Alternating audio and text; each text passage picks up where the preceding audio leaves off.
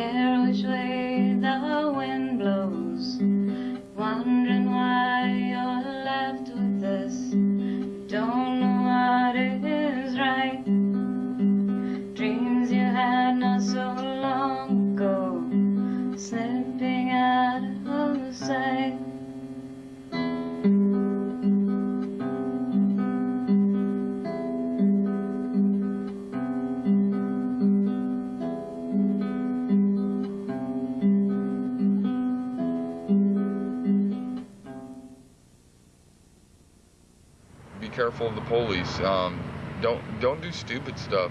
There's a lot of young homeless that are out there smashing bottles and breaking stuff because they're pissed off, you know. But don't be pissed off. Deal with your life, you know. Don't break other people's stuff, especially the rich people, because they're the ones that are going to persecute you in the first place. They don't like you. They don't want you, you know. So don't piss them off. In fact, make them happy, you know. Yeah, it might be messed up that they don't like you in the first place because of the way you are and everything, but man, you have no choice. If you're living in a city and you're homeless, they're the rich people are the ones who run it.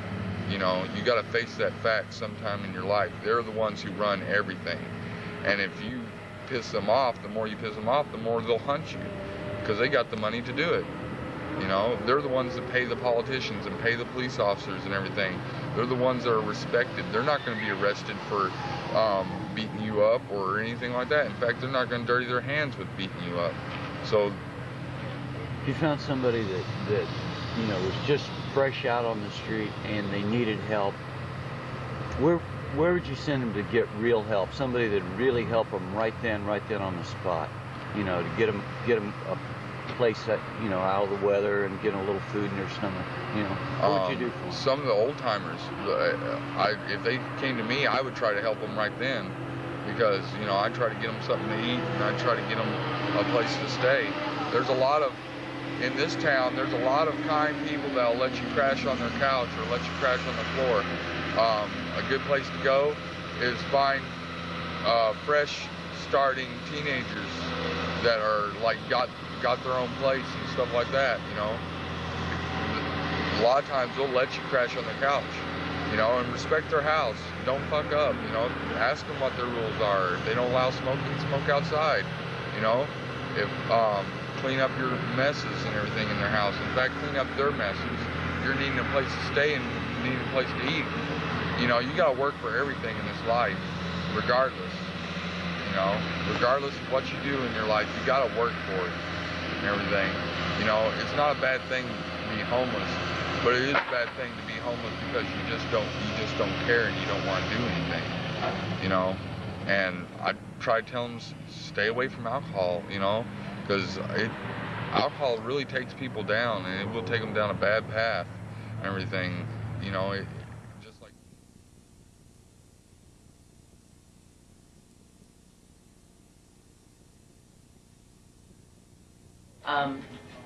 when Mr. Grace helped us, it restored your faith, you know, in yourself and in humanity itself. That, you know, that someone cares enough to make sure that your children have a home and that you got a fresh start, because no one else would, you know. And when the government can't help you, you know, quick enough, and they can't do anything for you when no one else can do anything for you, and then a total stranger comes along and says, here, have a place to live, you know, it's just, it restores your faith. And if it wasn't for him, I would hate to think of where we would be right now.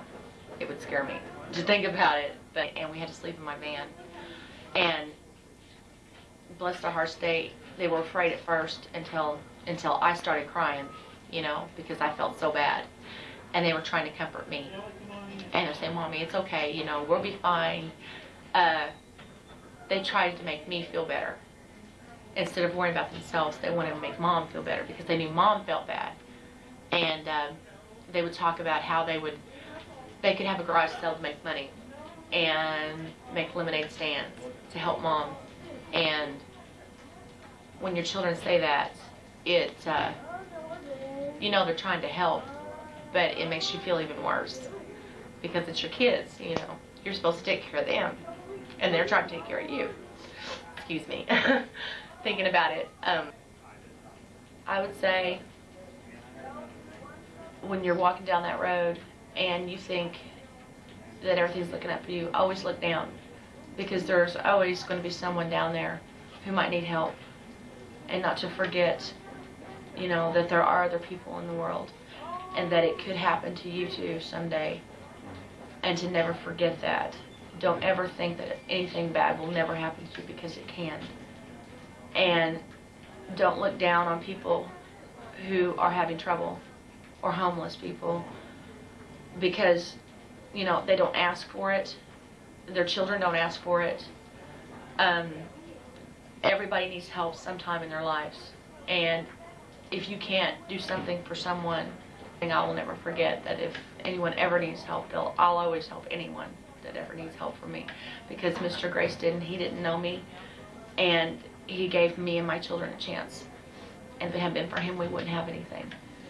So. Me and Martha and Tommy said he could help me get an apartment, which they did. It took about 2 weeks, and took me to Walmart and bought me some groceries because I had no food. And they basically, when I had no one else to help me out, they were there. I went to welfare. They gave me the runaround. Couldn't get no food stamp. Basically was kind of like my light at the end of the tunnel. I had no way to get any help, no one to help me, and he was there. And if it hadn't been for the program, I'd probably still be homeless. Did this just happen? I've been homeless before, never for more than a few weeks at a time. It really is one of the most shattering experiences I've had in my life. The first time I was really homeless, I was 13 years old, and a friend and I ran away and hitchhiked up to Columbia, Missouri. It took us 3 days to get there. Why I say shattering is because in the beginning, you know, we had this idea of going up to Columbia, Missouri, you know, and being party animals and living the life, you know, not having to worry about anything anymore. But it took us 3 days to get up there. We didn't have a change of clothes. We left with $10, and I think we ended up spending that $10 at the Waffle House in Rogers, which is only 30 miles outside of town. And we probably went, I think it's something like $400. So, Columbia, Missouri, we got up there, and instead of being party animals, we just pretty much hung out on the street. We hung out with the derelicts a lot. There was a city park we hung out in there. It was really,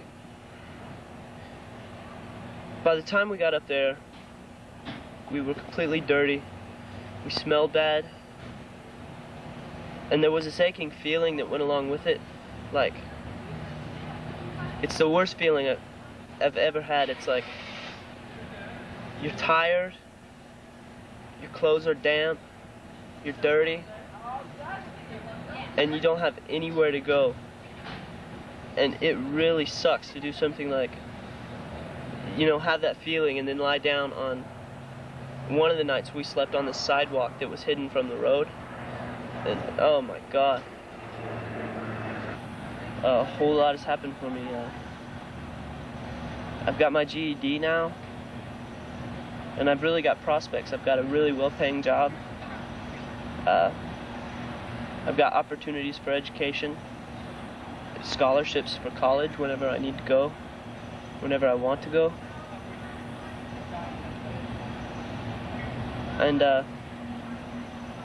I mean, you know, there's a real crucial point in all this, where, or a few of them, where if someone hadn't interceded in my situation, it could have gone real downhill. But thanks to a lot of people who've helped me in my life, I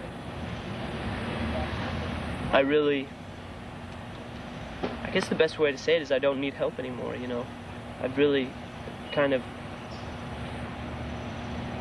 learned to be more of an adult with adult responsibilities instead of a child with adult responsibilities. And I mean, the future looks rosy, and the present is rosy. I have no complaints these days. I really, you know, got shafted a few times, but in retrospect, it was nothing that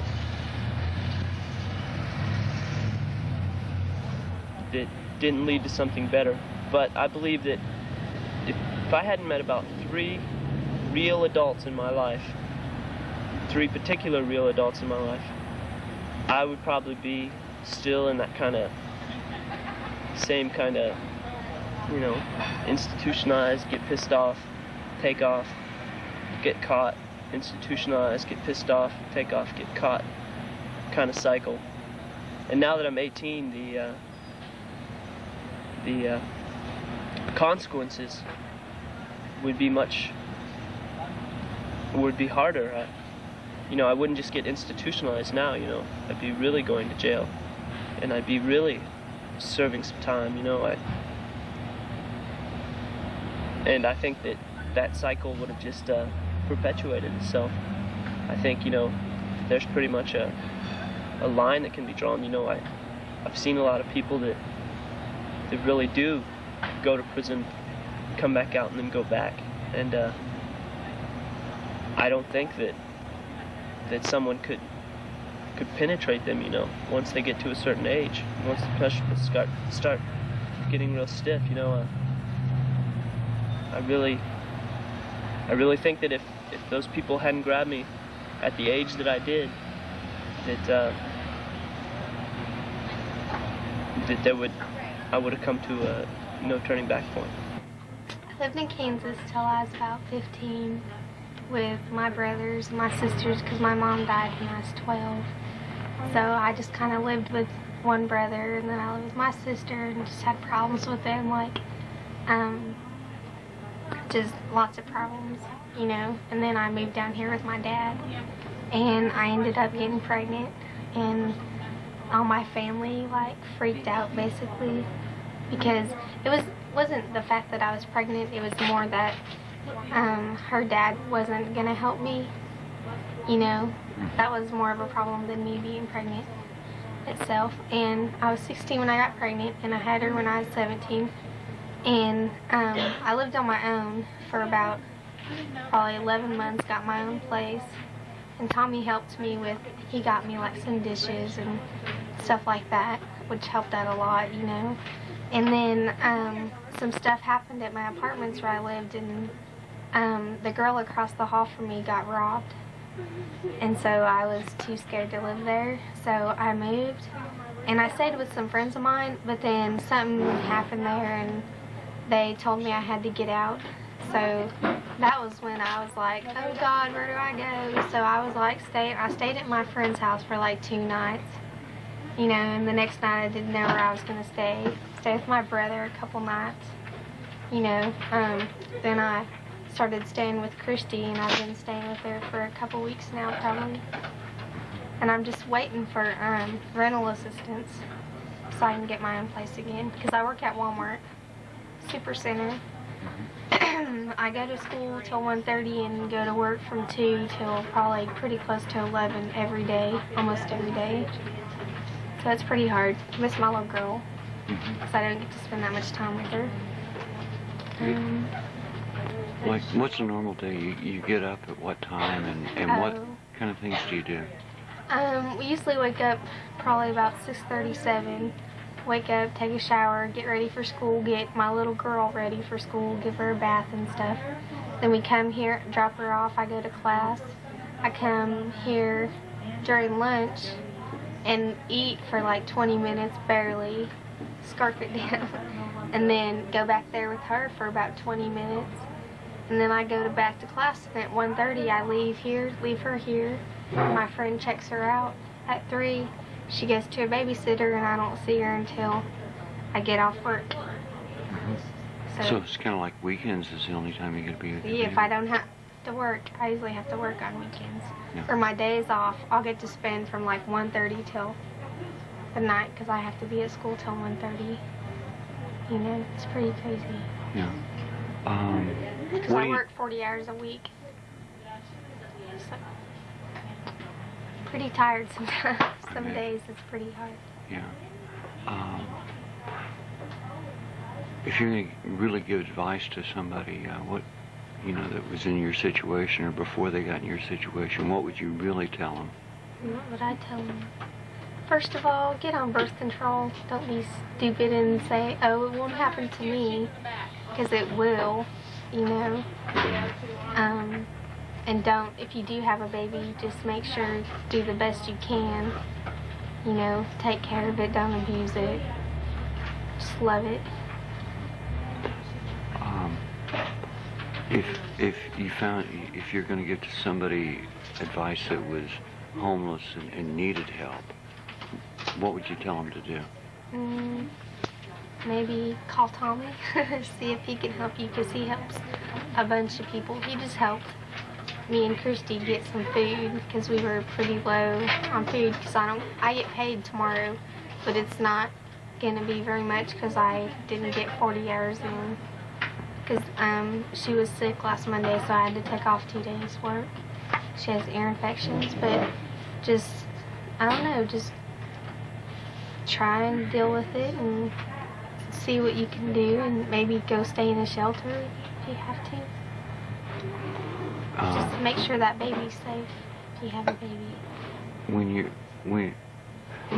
you're alone and you're homeless without any place to go, what's the biggest danger? Probably getting killed. I don't know.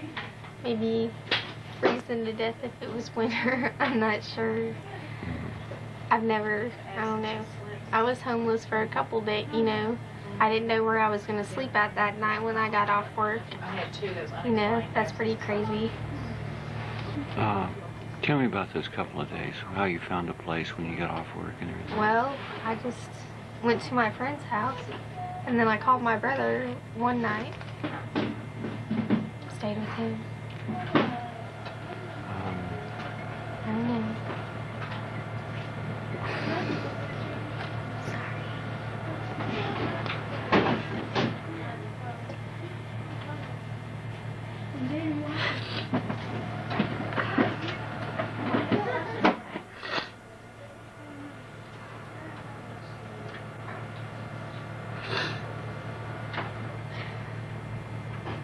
You feel all alone?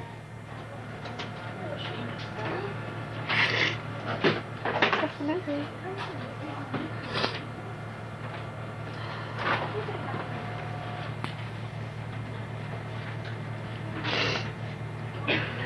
And yesterday I found out that I had to find a new babysitter today because I didn't know who was going to watch my little girl when I went to work, because I can't miss any more work because I'll get fired. And so Christy's going to watch her for me.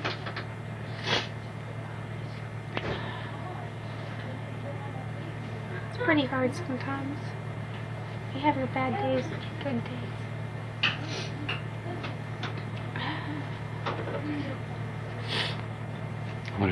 What are you most afraid of right now? What am I most afraid of? Something going wrong with me and Christy or something, and that I'll be out on the street again, in a sense. Because I need my own place again, but I just have to wait and save up money, which is really hard when you need diapers and she's sick, and you have to buy food and all that good stuff. Gas money.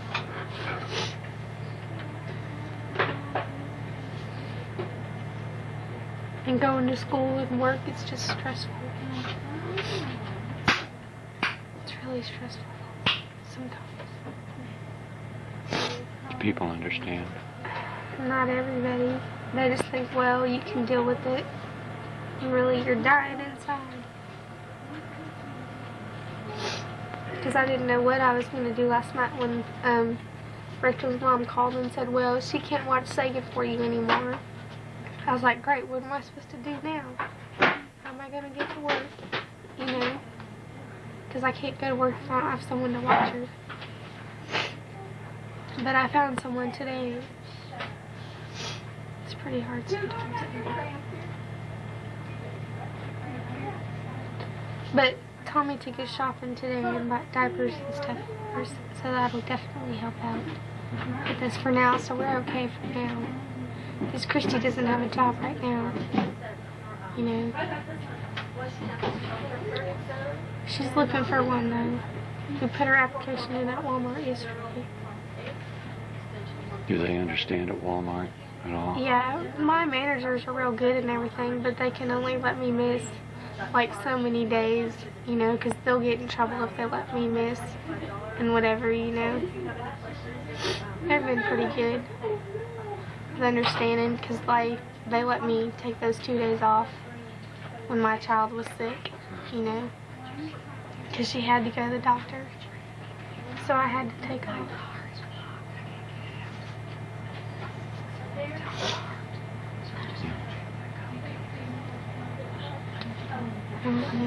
What else do you think you want to say? Tommy's helped us out a lot, though. I know that. What are your hopes for the future? I don't know. I'll probably be stuck at Walmart for a while.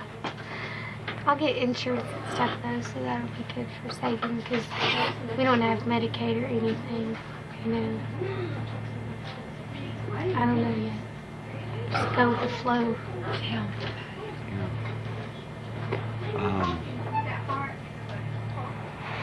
You gonna make it through school? Yeah, I'll be out of here by December. Hopefully, if I can keep up with all my schoolwork. You gonna try for college? Not right now. I can't afford to. I'm gonna wait for a couple years. What are your dreams? I don't know. I'm really interested in photography, so hopefully someday I'll get to do something with that. That'd be really neat. I've had an experience with some of the teenage girls come here to visit the child care center, and they play with the babies in the back, and they say, I want a baby, and I kind of get aggravated, me myself being 16, having a son. When I'm a teenager, I can't support them, and I seem to blow up at them, and I tell them, look, you want a baby, you can shadow me. You shadow me for a week. You buy his Pampers, you buy his clothes, you buy his food, you buy the things he needs, and I'm not going to do nothing. I'm not going to take care of him. You're going to sleep by him. You're going to get him to sleep. You're going to bathe him. You're going to feed him. You're going to change him. And I tell them, I don't think you're even going to last for 2 weeks. But if you think you want a baby, you shadow me, and then tell me you want a baby. Have they ever shadowed you? No, I haven't had anybody shadow me. but I sure would like to.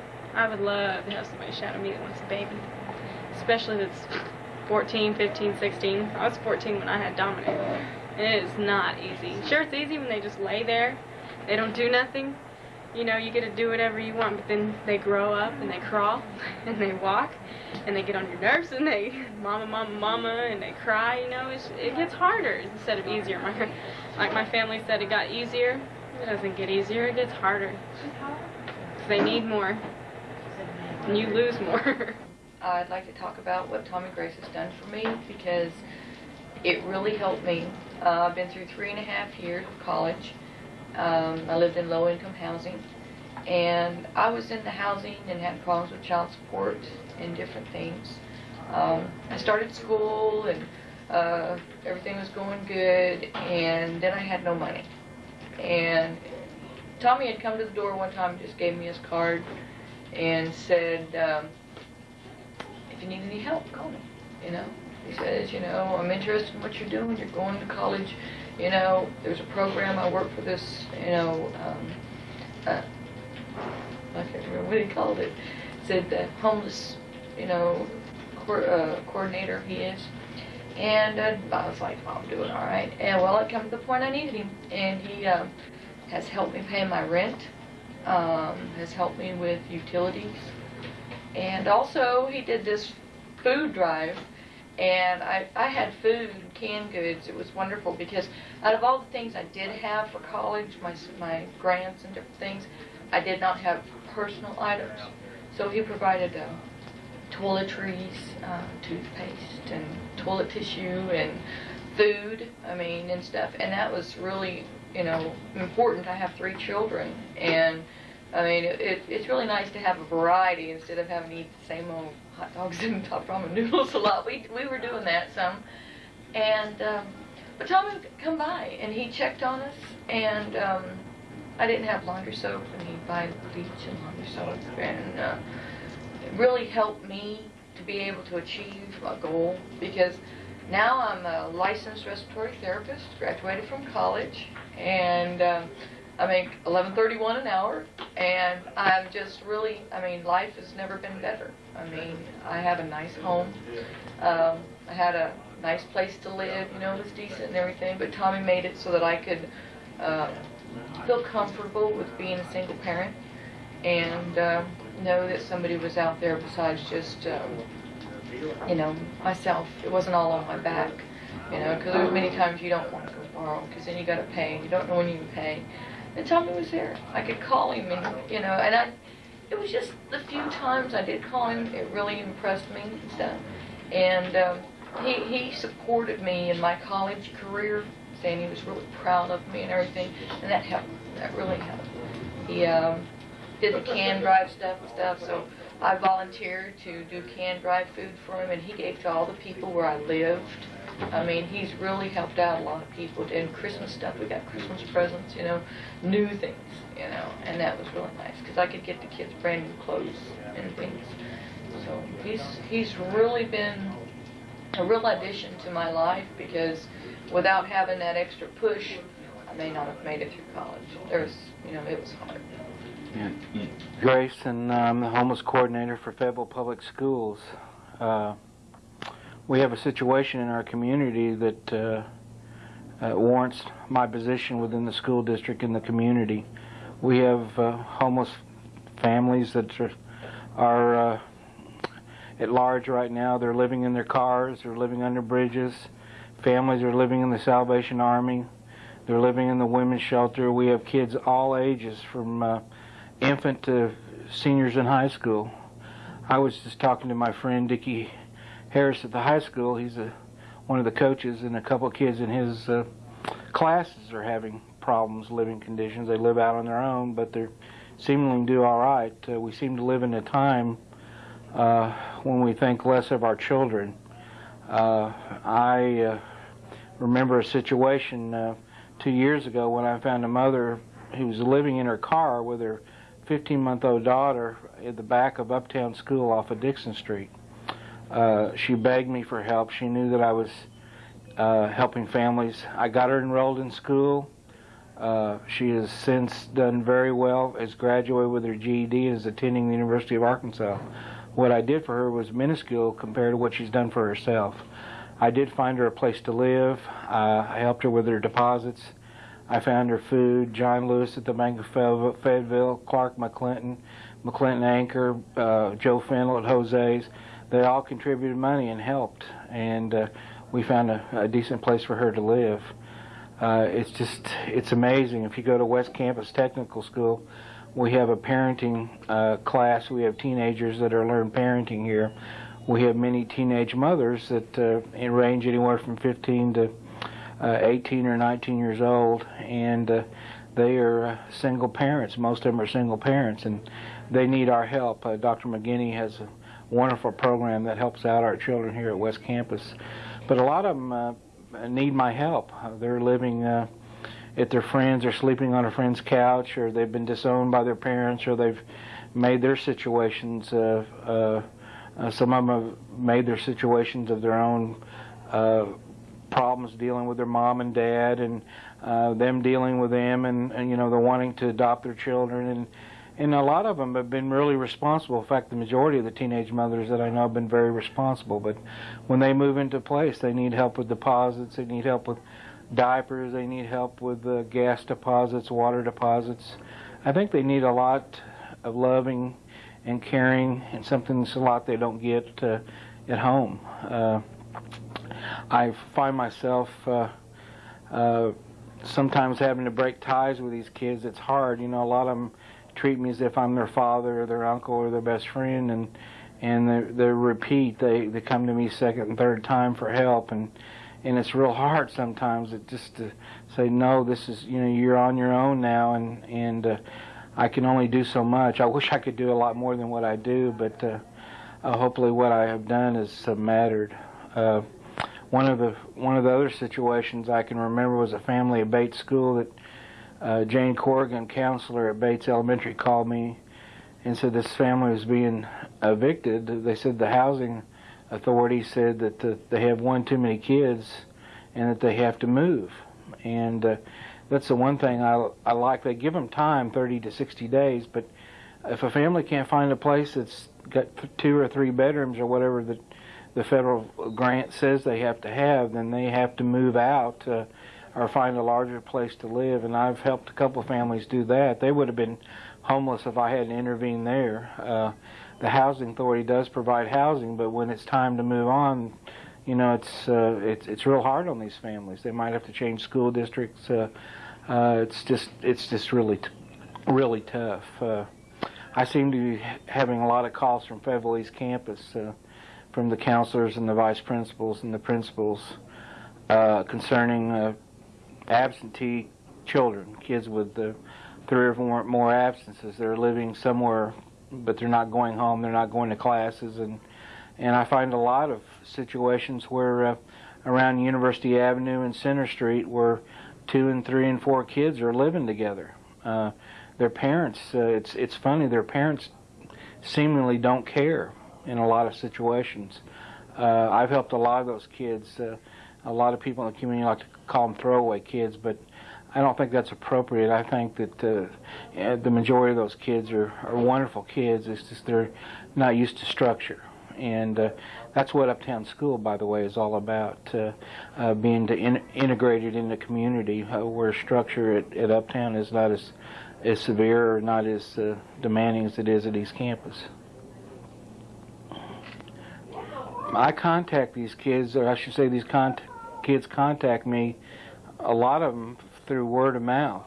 I have built up a trust in the community within a community of children, I should say, a community of young adults that trust me. They know that I won't go to the police. They know that I won't turn them in.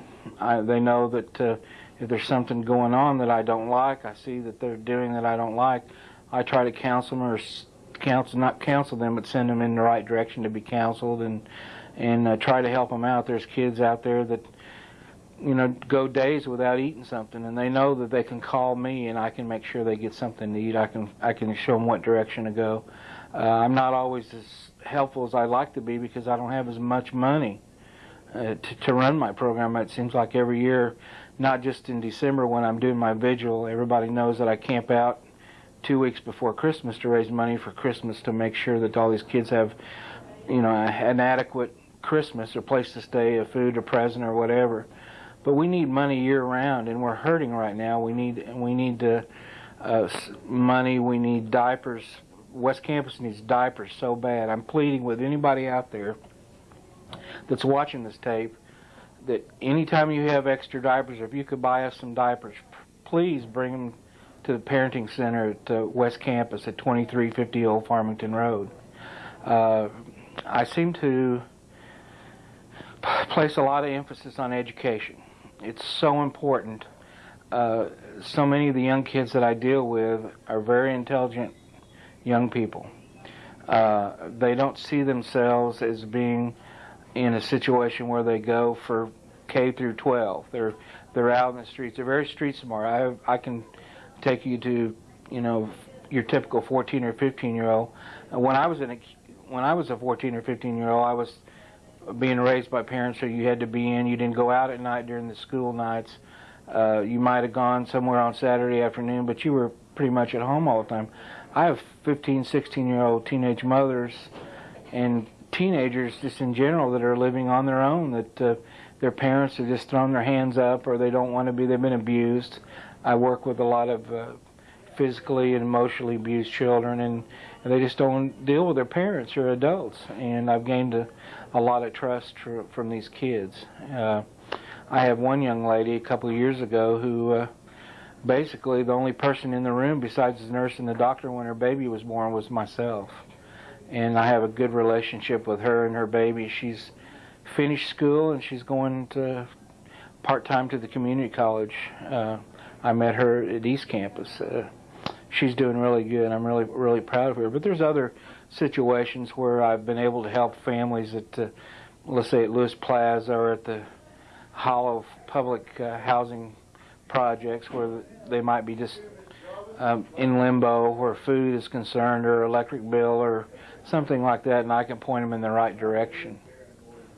I like to make clear to every young person when I meet them, the first thing is their lives would be made better. Their lives would be made better by getting an education, going to school. The basics, we all talk about reading, writing, and arithmetic.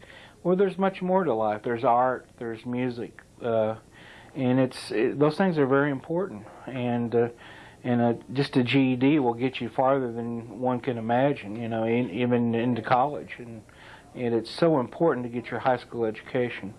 It opens the door to many, many avenues where a young man or young woman is concerned. I'm here today and have made this program so successful is to the thanks of one person, one wonderful human being, Martha Agee. She was the Uptown director, teacher and director for the last 25 years. She's recently retired after 33 or 34 years in the teaching profession. 5 years ago, Mrs. Agee wrote a grant to the Arkansas State Department of Education through Paulette Mayberry for the first homeless grant. And she thought it would be very, very appropriate for me to be the person to run this grant because of all my problems that I was having. I'd gone through a terrible divorce and was left financially ruined. But I was lucky to have Dale Clark and Mark Paul at the Fayetteville Youth Center. I was working part-time there, and I was living in the basement of the Fayetteville Youth Center. In fact, I lived in the basement of the Fayetteville Youth Center for a year and a half until I started working full-time at the Youth Center and was able to move out. And that's when I ran in. Well, I knew Mrs. Agee actually for years because Tom Triplett was a teacher at Uptown, and he's been a long-time friend. And in fact, he put me up at his house during that period of time. But the person that helped me get back on my feet was Martha Agee, and she has been nothing but a great friend and just a wonderful, wonderful human being. I wish that anybody out there, I think everybody out there should realize what a wonderful addition and what a wonderful person Mrs. Agee's been. We need more teachers like her. In fact, there's a lot of wonderful teachers in the Fayetteville School District, but I don't know of any better than Martha Agee. She was godsend, and she came along. She was definitely the angel of mercy where I'm concerned, and I'd like to thank her and tell her I love her. Hi, I'm Tom Triplett, coordinator of Uptown Learning Center that is a part of the West Campus Technical Center in Fayetteville, Arkansas. What I'd like to talk with you today about is our homeless program that is one of the many facets that we have of our programs here at Uptown. The homeless program was started 4 years ago by a grant that Martha Agee wrote in conjunction with West Campus, and we applied to the Stuart B. McKinney Foundation, which is a part of, it's a federal grant that comes from the Department of Education. We did receive that first grant, very fortunate to get that. We hired Tommy Grace to be our homeless liaison, and he has been actively working in the community for the last 4 years to raise money and raise the awareness of the plight of the homeless. In many cases, people are very surprised that we even had a homeless problem in Fayetteville, but there are numerous kids, numerous families that are homeless here in the community. And this grant has allowed us to help these people find a place to stay, to be able to put them on a more consistent environment, a more stable environment rather, and it has allowed those kids then in turn to be able to attend school with proper clothing, proper nutrition, and with supplies that are needed and in most cases attained by most of the average students that are going to the school. We do, however, we've just reapplied for this grant again because it is a 3-year grant, and we're reapplying for another 3 years and hope we get the grant again, but we also have expanded the program to this point that we need more funds continually to cover things such as utilities and home situations, food, various things that the public is needing, these homeless people are needing. And anything that can be done to help this program above and beyond what is supplied by the federal government in our grant is certainly very much needed and very much appreciated.